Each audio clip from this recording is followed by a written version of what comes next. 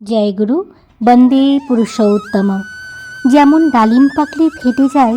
তোমার অন্তরের সদ্ভাব পাকলেই আপনি ফেটে যাবে, তোমায় মুখে তা প্রকাশ করতে হবে না। পরম প্রেমময় শ্রী ঠাকুরজি এবং শ্রী শ্রী বরদা কর্মফল সম্পর্কে কি বলেছেন শুনুন। এক অসাধারণ ইষ্ট আলোচনা। বক্তা বিচিত্র প্রধান দাদা। महाभारत में पितामह भीष्म इतना अनुशुद्धात्मा थे जो कि फिर भी लास्ट में सरसज्जा में कितना दिन आप लोग जानते हैं, मैं उतना मेरा ज्ञान नहीं है, जो छोटा सा जानता हूं उसका बारे में बताता हूं। जब सरसज्जा में माने वो पड़े थे तो पुरुषोत्तम श्री कृष्ण जी उनका पास गए थे। तो पितामह भीष्म श्री कृष्ण जी को पूछ रहे, मेरे को जितना पता है,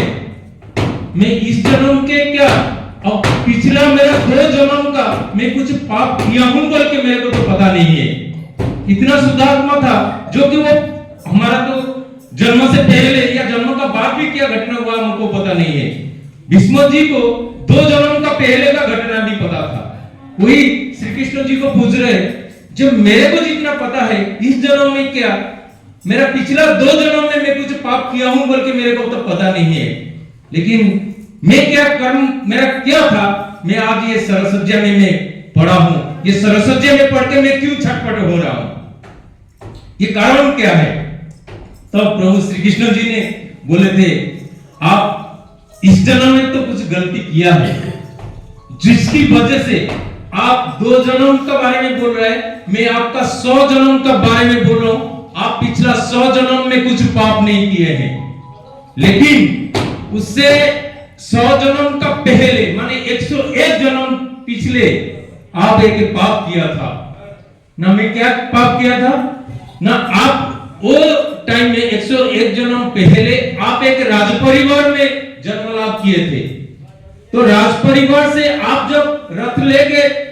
शिकार करने के लिए जाते थे जंगल में, आप जाते जाते एक सांप जो है आपका रथ का सामने जा रहा था,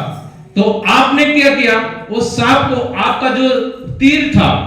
वो तीर का मुंह में मार के उसको ऐसे फेंक दिया, और वो सांप जाके क्या हुआ, वो जो कांटा वाला पेड़ होता है ना, ये है वो पेड़ में वो कंटा में उसका शरीर घुस गया, वो उधर ही रह गया अटक के कंटा में, और बहुत दिन तक वो छटपट हो के उसने ही उसका प्राण त्याग किया ना। अगर मैं 101 जन्म पहले वो घटना किया हूं, उसका तो बाद में मेरे को तुरंत मिल जाता था। 101 जन्म मेरे को क्यों ये करना पड़ा। श्री कृष्ण जी फिर उसको क्लैरिफिकेशन दे रहे, फिर बता रहे, बोले कि वो जितना जन्म जो 100 जन्म आप रुके थे, आप जब जन्म लाभ किए थे, उसमें आप एक भी पाप नहीं किया, जिसकी वजह से वो जो पाप कर्मों का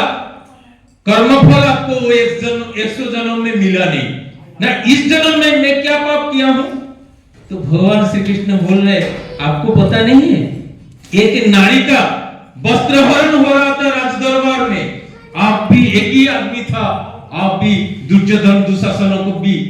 रोक सकते थे, लेकिन आप देखते ही सर नीचे करके चुपचाप रह गए। वो पाप आप किए नहीं है। एक नारी को उसका लज्जा से बचा नहीं सकते थे आप वो टाइम में, लेकिन आप ही एक आदमी था जो कि बचा सकता था। आप वो कुछ किया नहीं, चुपचाप बैठे रहे। वही था आपका पाप कर्म का, जिसकी वजह से 101 जन्म पहले जो पाप किया है, इस जन्म में आपको भोगना पड़ता है। हम लोग क्या पाप करता है क्या नहीं करता है, हम तो विष्णु जैसा नहीं है, हमारा वो तो शुद्धात्मा नहीं है।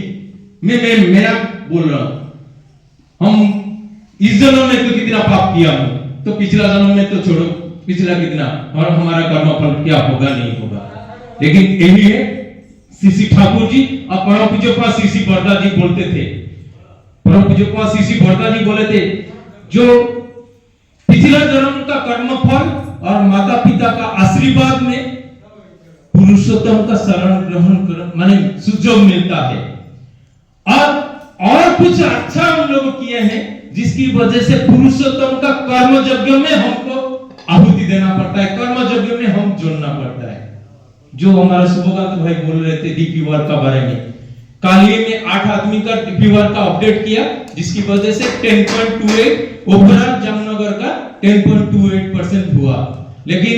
अभी हमारा 3 एरिया सबसे ज्यादा, ये मेघपुर से लेकर लालपुर ये एरिया, एक पटोली कॉलोनी सारू सेक्शन वो एरिया, तीसरा है पवन चक्की एरिया, ये 3 एरिया में हम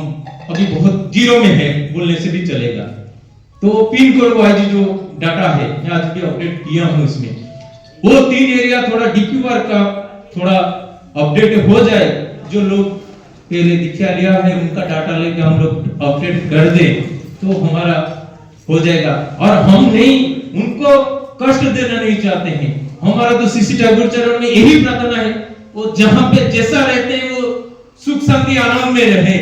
वो आनंद में रहेंगे तो हम भी आनंद में रहेंगे। तस्मिनी तुष्टे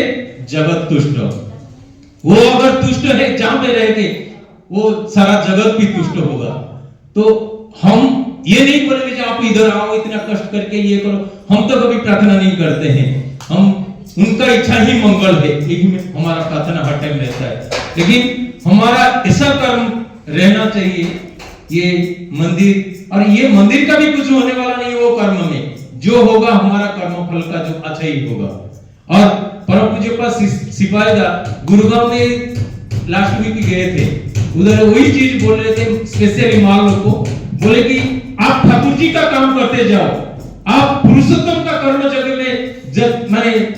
आहुति देते जाओ, आपका बेटा बेटी, आप आगे बोलते हैं मेरा बेटा मानता नहीं, मेरा बेटा वो कर्म कर लिया, मेरा बेटी वो गलत काम कर लिया, वो बात सुनता नहीं, ये जो आप परेशानी होके जो आके किसी का पास निवेदन करता है, कुछ करता है, ये आपको करना जरूरत नहीं पड़ेगा अगर आप एकनिष्ठ होके आप चलते रहेंगे, वो ऑटोमेटिकली आपका भी बच्चा लोग आपको अनुसरण करके चलते रहेगा। अब श्री श्री आचार्य देव का सारा भारतवर्ष का परिक्रमा चल रहा है, परिभ्रमण में परम पूज्यपाद श्री श्री आचार्य देव अभी है, अभी उड़ीसा में कहाँ पहुंचे हैं, आज भी 16 दिन अभी उड़ीसा में रुकेंगे, तो नेक्स्ट शायद महाराष्ट्र गुजरात हो सकता है। तो उनका एक कंडीशन है, मैं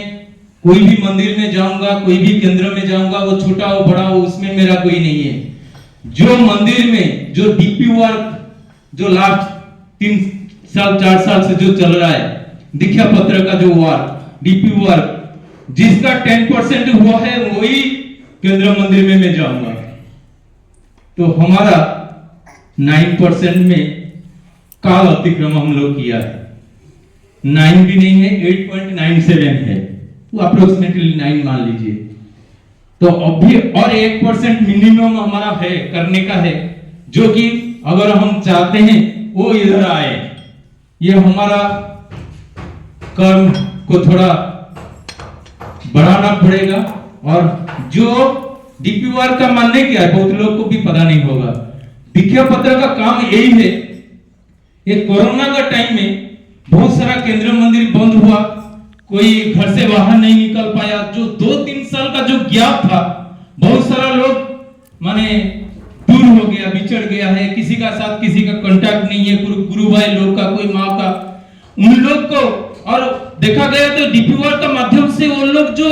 दूर चला गया है उनका जीवन में भी बहुत सारा माने दुर्दशा दुख दरिद्र का साथ चल रहा है। वही आचार्य देव का जो माने निर्देश आया है, आशीर्वाद आया है, सबको बचाना है और बढ़ाना है, और वो बचने का और बढ़ने का क्या माध्यम कौन सा है? सदगुरु, जुग पुरुषोत्तम और सतनाम, जो नाम का बारे में ब्रजेश भाई ने पहले कुछ बोल रहे थे, बहुत अच्छा उनका जो अनुभूति के बारे में बोल रहे थे, उनका साथ जो जुग जुग तो होता है, वही कैसे उनको बचने का बढ़ने का